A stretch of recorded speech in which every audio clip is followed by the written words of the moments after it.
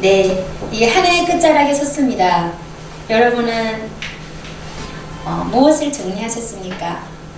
2018년 한 해를 돌아보면서 1년 동안에 여러분은 무엇을 정리해 보셨습니까? 수입과 지출을 정리해 보시고, 또한 통장의 잔고를 확인해 보시고, 대소사를 생각해 보시고, 내년에 또 계획을 세우셨나요? 또 그리고 그것뿐만 아니라 여러분의 또 신앙생활 가운데도 신앙도 점검하고 새해를 위하여 또한 어떠한 영성을 살아야 할 것인가 여러분은 또한 계획을 세우지 않았을까 싶습니다. 우리가 지난 금요 저녁에 저희들이 지난 1년간 신앙의 변화를 나누고 하나님의 은혜를 뒤돌아보는 감사하는 시간을 가졌습니다. 그리고 오늘 아침에는 우리 청년들이 또 지난 한 해를 우리가 돌아보면서 힘들었던 이야기, 그리고 또한 본인은 있었지만 다른 사람들이 그런 일도 있었잖아요. 그렇게 큰 일들도 많이 겪었고 힘든 일도 있었고 또한 기쁜 일도 있었고 이것을 나누면서 또한 새해를 정말 새롭게 맞아들이는 이러한 다짐하는 시간도 또한 가졌습니다. 오늘 본문 말씀을 보면 집을 짓는 사람들이 나옵니다. 성도들이 이 땅에 사는 삶을 성경에서는 여러 가지로 비유를 하셨는데 오늘 본문의 말씀 전해를 보면 또한 다른 이제 비유가 나옵니다. 하지만 오늘 본문 말씀을 보면 이제는 집에 대해서 나오죠. 건축에 대해서 말씀하고 있습니다. 성도들이 이 땅에서 사는 삶을 건축 공사에 비유하여 하나님께서 하신 말씀이죠. 사도 바울을 통해서. 그래서 터가 등장합니다. 건축을 하려면 당연히 터가 있어야죠. 그 터, 기초를 닦아야죠. 그리고 또한 재료도 있어야 되죠. 자재, 공사 자재. 그리고 마지막에 준공 검사를 또 마치지 않습니까? 이 비유를 가지고 오늘 성경 말씀이 등장을 하는데요. 오늘 말씀을 보면 그날의 공적을 밝히리니, 제가 이것을 제목으로 달았습니다. 그 날은 우리가 이 땅에서 삶을 마감하고 어떤 이유든지 주님이 공중 재림을 하시든지 아니면 우리가 이 땅에 옷을 벗고 주님 앞에 서게 되든지 예수 그리스도 앞에서 우리가 수건을 벗은 얼굴로 거울과 거울을 대하여 보는 것이 아니라 얼굴과 얼굴을 대하여 보는 더욱더 밝은 모습으로 주님 앞에 서는 그날에 공적이 밝히리니 이렇게 말합니다. 공적은요 한국어로는 잘 약간 해석이 안 되는데 공적은 그 공사로 볼 수 있습니다. 건물을 질 때 공사, 그리고 또한 작품으로도 볼 수도 있죠. 그렇다면 먼저 알아야 될 것은, 여기서 말하는 것은 그날에 주님 앞에 설 때 말하는데 그 심판을 말하는 것이 아닙니다. 심사를 말하고 있습니다. 심판에서 천국행이냐 지옥행이냐 이것이 아니라 예수 그리스도를 토로 해서 우리가 이 땅에 주어진 삶에서 우리가 하나님이 주시는 그러한 재료로서 이 땅에서 우리가 살아갈 때 어떠한 건축을 공사를 해서 하나님 앞에 서야 될 것인가, 이것을 말씀하고 있죠. 결국은 바로 상급과 직결되는 문제입니다. 오늘의 말씀을 통하여 우리 각 사람이 2018년 자신의 신앙의 집을 점검하고 또한 2019년을 다시 한번 하나님 앞에 새롭게 시작하는 귀한 시간이 되었으면 참말로 좋겠습니다. 그래서 오늘은 그날이 공적을 밝히리니 라는 제목으로 은혜를 나누겠습니다. 먼저 우리는 이 땅에서 우리의 삶이, 함께 읽겠습니다. 시작. 첫째, 이 땅에서 우리의 삶이 신앙의 집을 짓는 것임을 기억해야 합니다. 네, 우리는 집도 중요하죠. 개인집, 평수를 더 늘리는 것, 아니면 월세에서 전세에서 내 집을 갖는 것, 아니면 평수가 점점 늘어지는 것, 이런 것도 엄청 중요하지만 그거하고 비할 수 없는 오늘 성경 말씀은 천국의 집을 말하는데요. 신앙의 집을 짓는 것을 말하고 있습니다. 우리가 거듭나는 순간에 우리는 하나님의 자녀로서 이 땅을 살아갑니다. 더 이상 육신의 예전의 내가 아니라 하나님의 자녀로서 이 땅에 파송식이 되었고 이 땅에 우리는 그리스도의 대사로서 살아가게 됩니다. 그럴 때 우리가 나그네의 삶을 산다고 하지만 이 땅에서는 우리가 나중에 천국에 가서 집을 짓게 되는데요. 보면 우리가 잊지 말아야 할 것은 내 사는 것이 그냥 보이는 집이 아니라 천국에 내 신앙의 집을 짓는 그 과정임을 우리는 기억해야 합니다.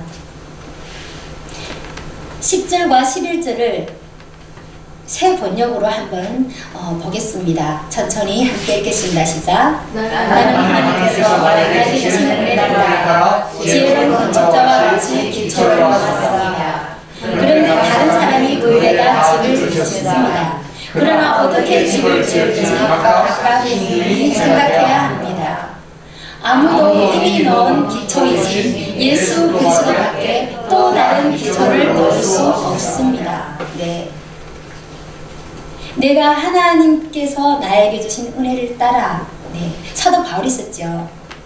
사도 바울이 말하는 은혜라는 것은 다른 것이 없습니다. 신약을 보면 로마서도 시작할 때도 그렇게 말합니다. 예수 그리스도의 종된 사도인 나 바울은 하나님의 은혜를 따라 복음을 전하는 자로 선택을 받았다고 말씀하고 있습니다. 그 복음은 바로 하나님께서 창세 전부터 말씀하신 것이고 성경에 미리 선지자를 통해서 그 아들에 관하여 말씀하신 것인데, 몸으로는 다윗의 혈통에서 나왔고 사람으로 이 땅에 오셨고, 영으로는 신성으로는 하나님의 아들로서 이 땅에 오셔서 죽으셨다가 부활하신 그 하나님의 아들로 능력으로 선포됐다고 말씀하고 있습니다. 그래서 내가 은혜와 사도의 직분을 받아 너희 중에서 믿어 순종하게 하나니, 사도 바울이 이렇게 말했습니다. 그가 말한 은혜는 바로 하나님의 이 예수 그리스도의 복음을 전하는 그 은혜의 직분을 말했습니다. 사도 바울이 했던 그 은혜는 성경에서 보면 다른 것이 아니라 예수 그리스도로 말미암아 발생한 모든 일을 은혜로 말하는 걸 볼 수 있죠. 예수 그리스도 때문에, 예수 그리스도로 말미암아, 그로 인하여, 그래서 받는 고난까지도, 심지어 고통까지도, 죽는 일까지도 그는 은혜로 여겼습니다. 그래서 하나님께서 사도 바울에게 주신 그 예수 그리스도로 따라 사도된 그 바울이, 복음의 직분을 받은 그 바울이 지혜로운 건축자와 같이 기초를 놓았다고 말하고 있습니다. 그런데 다른 사람이 그 위에다가 집을 짓습니다. 네, 사도 바울뿐이 아닙니다. 이 지혜로운 건축자가 돼서 기초를 놓은 사람들은요, 사도 바울뿐만 아니라 사도 요한도 있고 베드로도 있고, 저희 담임 목사님도 계시고 저희도 있습니다. 예수 그리스도를 전하는 것이 온전히 예수 그리스도가 하나님의 아들이시지만 또한 이 땅에 사람의 몸을 옷을 입고 이 땅에 오셔서 우리 구원주가 되시고 우리의 본향으로 우리를 이끄실 그 하나님에 대해서 전할 때 바로 그 기초가 닦아졌습니다. 온전한 그 기초, 터가 닦아졌는데, 그러나 사람들이 이제 그 위에다가 집을 짓습니다. 그 터 위에 선 사람들, 모든 그리스도인들이 이제 그 예수 그리스도라는 이 터 위에, 이 기초 위에 자신의 집을 짓기 시작합니다. 이 땅에 보내진 그 순간에 하나님의 아들로서 예수 그리스도로 말미암아 구원받은 그 순간에 이 땅에 파송이 돼서 그때로부터 같이 시작 이렇게는 안 갔지만, 왜냐하면 다 거듭나는 순간이 틀리기 때문에 시간은 안 갔지만 그 순간부터 집을 짓기 시작합니다. 그런데 어떻게 집을 지을지 각각 신중히 생각해야 합니다. 아무도 이미 넣은 기초이신 예수 그리스도 밖에 또 다른 기초를 넣을 수는 없습니다. 예, 오직 예수 그리스도 위에 기초를 넣어야 하는데요, 감사한 것은 우리 이곳에 계신 모든 분들은 바로 예수 그리스도라는 반석 위에 우리가 집을 지으려고 혹은 짓고 있는 사람들인 줄 믿습니다. 아멘. 이 일을 위하여 사도 바울이 직분을 받은 것도 같이 우리 또한 바로 그러한 직분을 받았는데요, 우리는 직분을 받았을 뿐만 아니라 우리가 그 기초 위에 오늘 우리는 집을 짓는 것을 말하고 있습니다. 만약 어떤 사람이 집을 짓는데 자기 터가 아니라, 자기 기초가 아닌 남의 집 터에다 기초를 놓고 거기다 땅을 파고 집을 짓는다면 어떤 일이 발생하겠습니까? 너 나가. 네, 쫓겨나겠죠. 우리는 나중에 우리가 지을 집은 영원한 천국의 집이기 때문에 당연히 예수 그리스도, 천국의 주인 되신 예수 그리스도 위에 우리가 집을 지어야죠. 우리가 신앙의 기초도 예수 그리스도요, 우리가 집을 지을 때도 사실은 모든 것은 예수 그리스도로 공급하는 그러한 집을 지어야 된다는 것을 우리는 알고 있습니다. 또한 매 호흡하는 순간마다 우리가 그러한 삶을 살아야 되는 것을 우리가 잊지 말아야 될 줄 믿습니다. 터가 잘 닦아지고 나면 그 다음에는 함께 읽겠습니다. 시작. 신앙의 집을 지을 때 어떤 자재를 사용하는가가 중요합니다. 네, 기초를 닦았어요. 터를 닦았습니다. 그리고 나서 거기다 집을 질 때 어떤 자재를 사용하냐, 오늘 말씀은 하고 있죠. 함께 읽겠습니다. 시작. 만일 누구든지 금이나 은이나 보석이나 나무나 풀이나 지프로 이 터 위에 세우면, 네, 자 보십시오. 금으로, 은으로, 보석으로, 또 어떤 사람은 나무나, 어떤 사람은 또 풀이나 또 지프로 이렇게 세웁니다. 기초, 터는 우리가 다 같은 예수 그리스도를 믿는 신앙인데 그 외에 무슨 재료를 가지고 집을 지을까요? 그 자재가 너무나 중요하죠. 두 부류로 볼 수가 있습니다. 바로 그 건축 자재는 구분이 되는데요. 타는 것이냐 타지 않는 것이냐, 불연소가 되는 것이냐, 네, 이것으로 구분이 되죠. 불에 타는 것은 나무나 짚이나 풀이나 짚인데요. 보면 가치가 일시적인 것을 볼 수가 있습니다. 이 땅에서 보이는 것 일시적인 것으로 집을 지면 나중에 주님 앞에 남는 것이 없다는 얘기죠. 일시적인 것. 무엇을 쫓았습니까? 2018년에 지난 삶 가운데 허망한 것, 보이는 것으로 먹고 없어지고 썩어질 것을 쫓았습니까? 아니면 하늘에 남을 것을 쫓았습니까? 결국은 타서 없어질 것을 주목할 것이 아니라 우리가 바라볼 것은 오직 영원히 남으실 예수 그리스도라고 말씀하고 있습니다. 타지 않는 것은 금이나 은 같은 것인데요. 그것은 너무나 가치가 있는 것이죠. 이 땅에서 봤을 때는 그것이 가치가 없는 것 같이 보이고 험한 것 같이 보이고, 그것이 저 사람이 하고 있는 일은 너무나 세상 사람과 다르다, 어리석다, 도대체 남는 게 뭐야? 그렇게 시간을 들여서, 그렇게 성경을 읽어서, 그렇게 날마다 기도를 해서, 그렇게 성교를 가서 당신의 삶에 남은 것이 무엇입니까? 이렇게 여러분에게 말씀할 수도 있습니다.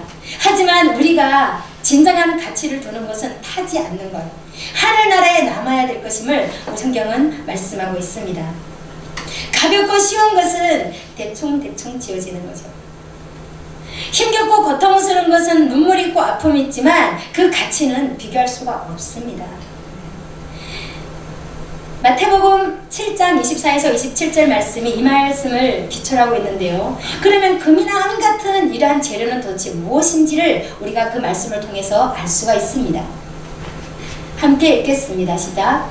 그러므로 누구든지 나의 이 말을 듣고 행하는 자는 그 집을 반석 위에 세운 지혜로운 사람 같으니 비가 내리고 창수가 나고 그 바람으로 그 집에 부딪히되 무너지지 아니하나니 이는 주추를 반석 위에 놓은 까닭이요 나의 이 말을 듣고 행하지 아니하는 자는 그 집을 모래 위에 지은 어리석은 사람 같으니 비가 내리고 창수가 나고 바람이 불며 그 집에 부딪히며 무너져 그 무너짐이 심하니라. 네, 두 가지를 알 수가 있습니다. 하나는 환경이 부딪힙니다. 비가 오고 큰 폭풍우가 창수가 납니다.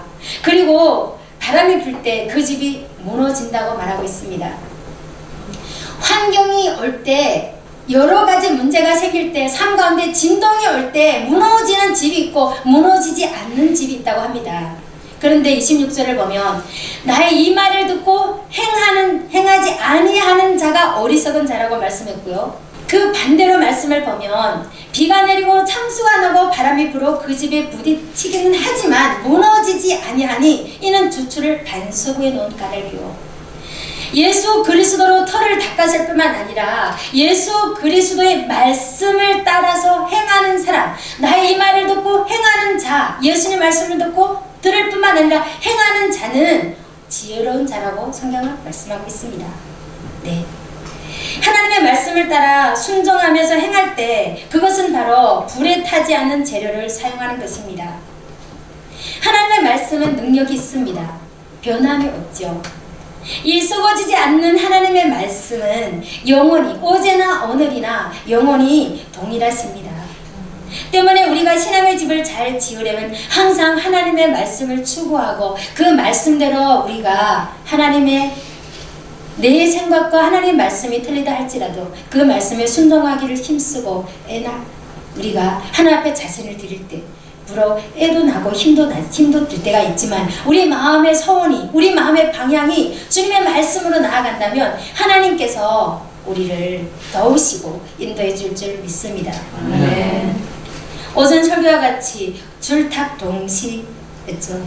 그렇습니다. 하나님은 병아리가 안에서 그냥 울고 있고 그냥 안에서 움직이도록 그냥 가만 놔두지 않으십니다. 밖에서 깨주시고 밖에서 건져주십니다. 우리가 우리 마음의 문을 열기만 한다면, 결단을 하고 우리 마음의 소원을 하나님께 드린다고 하면 하나님은 그때부터 우리를 도우시는 그러한 은혜를 우리는 입게 되는 것입니다. 우리 천국의 집은 결국 누가 살까요? 결국은 내가 살 집을 내가 짓고 있는 것입니다. 보이는 것에 치중하고 이 땅에서 치중하다가 부실 공사를 한다면 어떻게 될까요? 나중에 그 부실 공사를 한 그 집이 결국은 자신의 것이 되는 것입니다. 다시 말씀드리지만 오늘 말씀을 보면 그것은 마지막에 그 공적이 불에 타되 그 사람은 마치 불 가운데 건짐을 받은 것 같다고 말하겠습니다. 그 사람은 구원은 받습니다. 그래서 알마음으로 벗은 마음으로 부끄러운 구원을 받듯이 구원은 받지만 상급이 없게 되는 것이죠. 우리가 이 땅에서 천국의 집은 결국은 내가 나중에 살아야 집을 말씀하고 있는데요. 우리가 만약 하나님 앞에 최상급 자재로 최선을 다하여 주님 앞에 드린다면, 이 공사를 짓는다면 결국은 그 공사를 한 그 집은 당신의 것이 되는 줄 믿습니다. 아멘. 어느 건축 회사의 건축가가 그 회사를 평생 회사에 다녔습니다. 그래서 곧 은퇴할 시간이 몇 개월이 남았습니다. 아직 1년이 남지 않았어요. 그래서 이제 곧 은퇴도 하게 됐는데 적당히 하다가 이제 은퇴하면 뭘 할까 이런 생각을 하면서 지내는데 어느 날 회장님이 이분을 찾으셨습니다. 그동안 참 수고가 많으셨습니다. 이제 은퇴가 얼마 남지 않았군요. 그래서 이 건축가가 마음으로 참 기대를 했습니다. 나에게 무슨 기쁜 말이나 혹은 무슨 선물을 줄까? 그런데 회장이 이렇게 말씀을 합니다. 은퇴 전에 한 가지 부탁이 있습니다. 이제 가장 좋은 부지에 가장 아름다운 집을 지려고 하는데 이게 프로젝트가 여기 있습니다.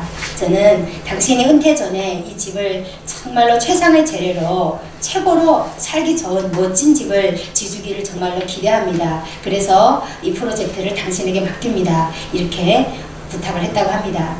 이 건축가가 생각을 해보니 약간 배심스러웠습니다. 아니, 평생을 부려먹고도 모자라서 내가 이제 몇 개월밖에 안 남았는데 가는 날까지 나를 이렇게 피땀을 빼게 하는구나. 그래, 그러면 내가 지주지. 이렇게 생각을 했습니다. 그리고 나서 그가 인부들을 불러서 집을 짓는데 그것이 열심히 일일이 막 꼼꼼히 챙기고 열심히 잘 짓는 게 아니라 그냥 겉보기는 화려하지만 그냥 대충 집을 그냥 시간의 속도로 집을 지었습니다. 그리고 나서 그 회장님은 그에게 최상의 재료로 좋은 집을 지라고 말했지만 그는 적당한 재료를 구입해서 남은 돈은 자기 주머니 넣고 그리고 그냥 보기만 좋게끔 집을 지었습니다. 그리고 나서 시간이 되었고 드디어 이 건축가가 바라던 은퇴의 날이 되었습니다. 은퇴하는 날이 되었는데 전 직원이 모여서 이제 이번에 은퇴식을 축하를 해주시는데 회장님께서 이제 나오셨습니다. 나오셔서 제가 당신에게 부탁한 그 열쇠를 저에게 주십시오. 집을 잘 지셨습니까? 네, 회장님, 저는 최상의 집을 지었습니다. 그러면서 열쇠를 드렸습니다. 회장님이 그 열쇠를 받고 나서 다시 그 건축가의 손을 당기시더니 그 손에다 그 키를 주셨습니다. 그러면서 하시는 말씀이 그동안 우리 회사에서 참 수고하셨습니다. 이 집은 당신의 수고에 대한 우리 회사의 보상입니다. 이 집은 당신의 것입니다. 그리고 그분이 그 키를 받았습니다. 그 건축가가 마음이 어떠했겠습니까? 너무나 후회 막급이었습니다. 내가 살 집인 줄 알았더라면, 이럴 줄 알았더라면 그 회사의 돈인데 내가 최선을 다해서 얼마나 최상급으로 가장 좋은 자료로 내가 꼼꼼히 챙겨서 내가 지었을 텐데. 네, 하나님께서 오늘도 말씀하고 있습니다. 집을 지어라. 내가 너에게 모든 자료를 공급할 테니까 너가 살고 싶은 집, 네가 원하는 집을 지금 지어라. 할렐루야. 아멘. 2018년 우리의 집은 다시 질 수가 없습니다. 2018년의 집은 공사는 이미 끝났습니다. 여러분 2019년이 시작될 때 우리의 마음은 어떻게 시작이 됩니까? 마지막 날에 우리가 주님 앞에 서는 그날에 우리는 전공검사를 받게 됩니다. 우리 세 번째를 함께 읽겠습니다. 시작. 그날에 모든 성도는 전공검사를 받게 됩니다. 네. 우리가 이 땅의 삶이 주님 앞에 심사를 받는다는 것입니다. 자, 학생들은 시험을 보죠. 월고를 보고, 고등학교부터는 월고가 있더라고요. 월고를 보고, 그리고 또한 중간고가 있고요. 기말고시가 있습니다. 그리고 수능을 보죠. 만약 경우 초등학교 들어갔는데 그때부터 시험이 한 번도 없다가 쭉 갔다가 수능을 본다면 학생이야 그 중간이야 좋았겠죠. 하지만 시험 보는 그날에 얼마나 어렵겠습니까? 세상의 선생님들도 이렇게 합니다. 우리 하나님은 준엄하신 하나님이시고 심판의 하나님이시지만 우리 하나님은 지혜로운 선생님도 되시고 또한 자비로운 아버지도 되십니다.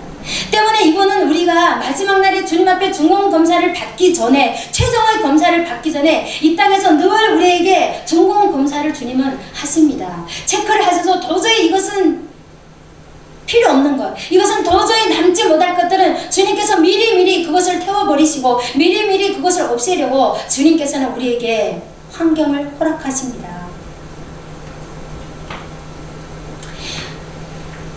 성경은 그의 사랑하는 아들들마다 징계합니다.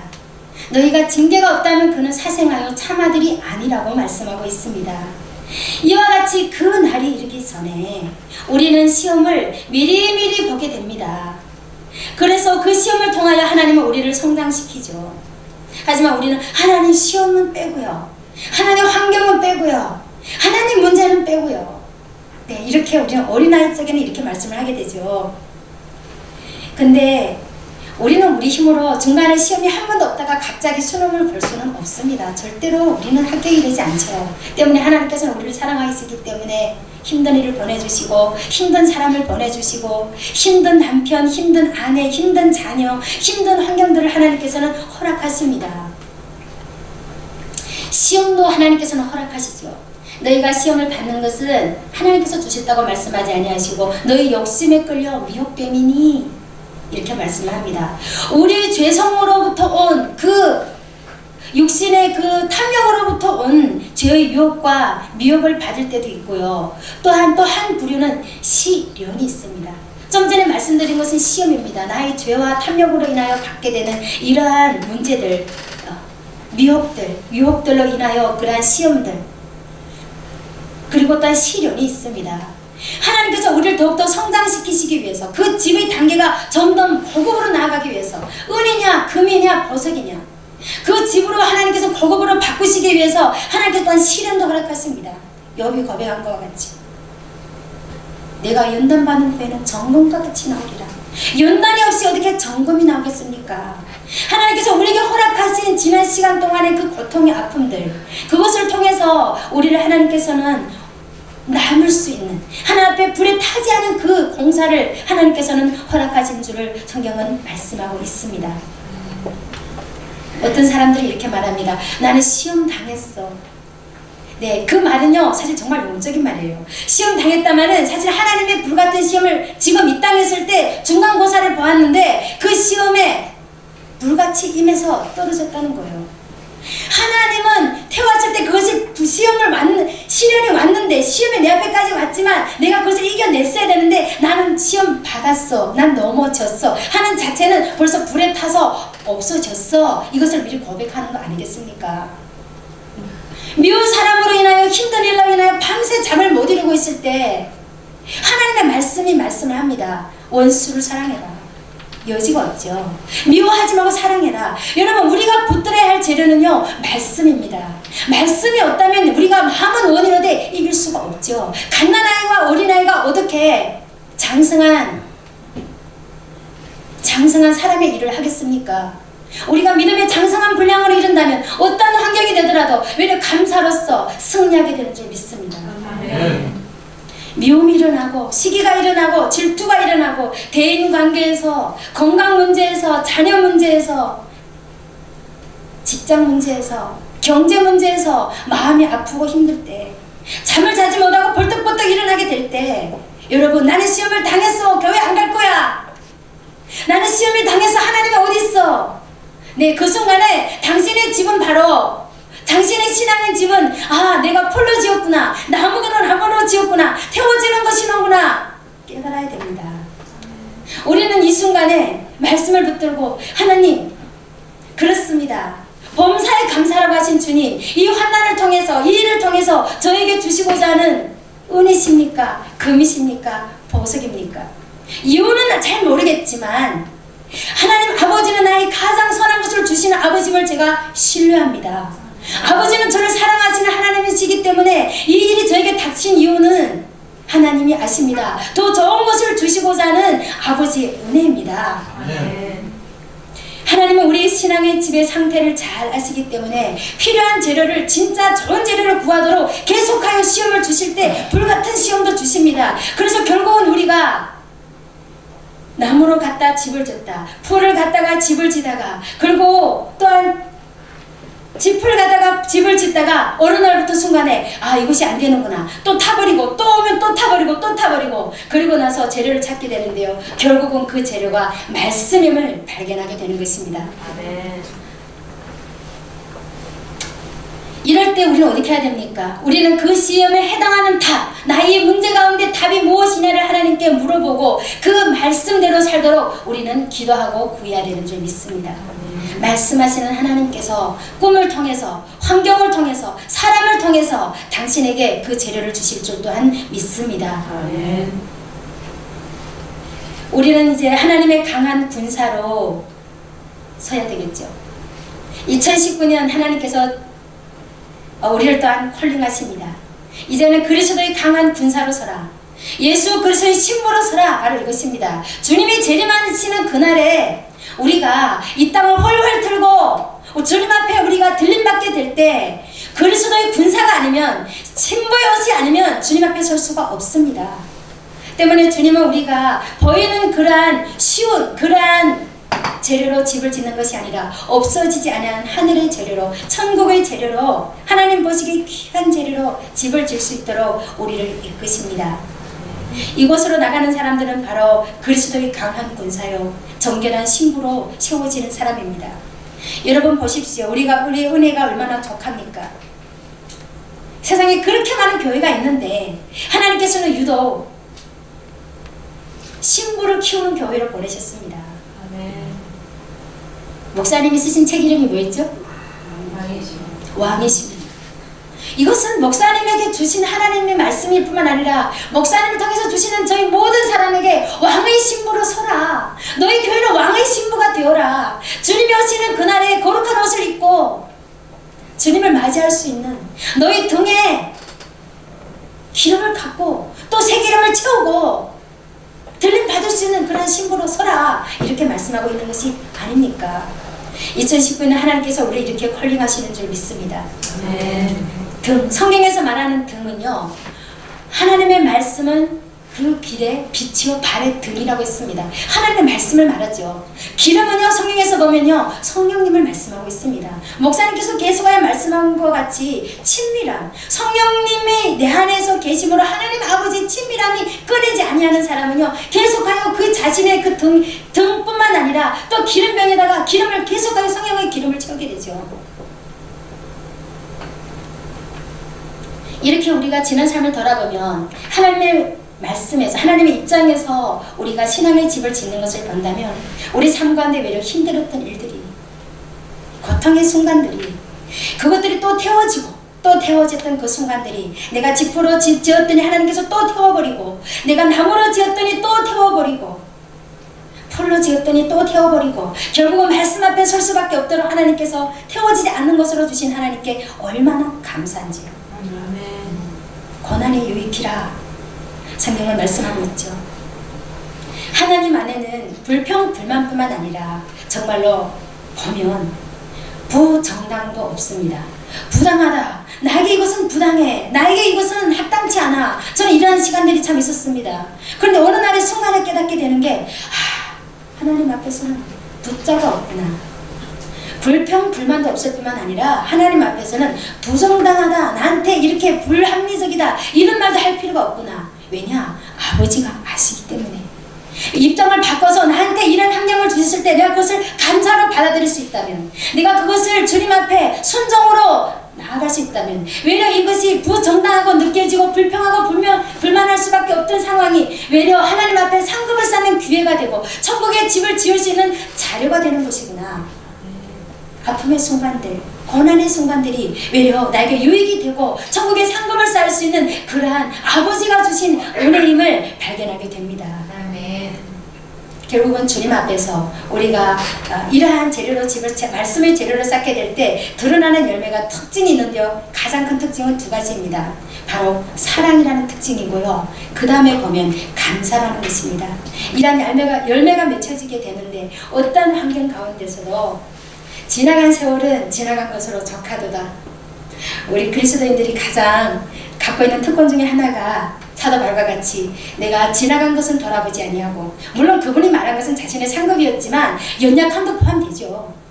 우리의 연약함도 그뿐 아닙니까? 물론 나는 상급이 없다고 할지라도 나의 연약함도 지나간 것을 되돌아보지 않고 앞에 있는 표대 예수 그리스도를 바라보면서 우리가 주님 앞에 나를 사랑하는 그분 앞에, 비록 지금도 내가 보지 못하지만 믿고 말할 수 없는 영광스러운 즐거움으로 기뻐하는 그 우리 예수님 앞에, 장차 또 그렇게 설 내 그 예수님 앞에 우리가 사랑을 하며 더욱더 하나님을 참 요즘에 기도하는 게 참 왜 이렇게 기도가 옛날로 돌아갔지 제가 생각이 듭니다.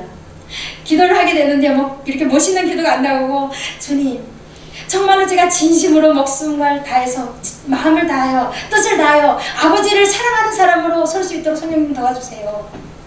이런 그 초신자 기도를 제가 다시 하게 되면서 정말 그 마음의 소원이 진심으로 내 중심이 주님만을 바라볼 수 있다면 얼마나 좋을까. 순간순간 놓치게 되는 나의 시선이 또 주님께로 고정시켜서 내 마음과 정성과 뜻을 다하여 아버지를 더 사랑한다면, 더 안다면, 그런 말미암아 보이는 영혼들을 더 사랑할 수 있다면 얼마나 좋을까. 그럴 때 또한 감사하게 되지 않을까.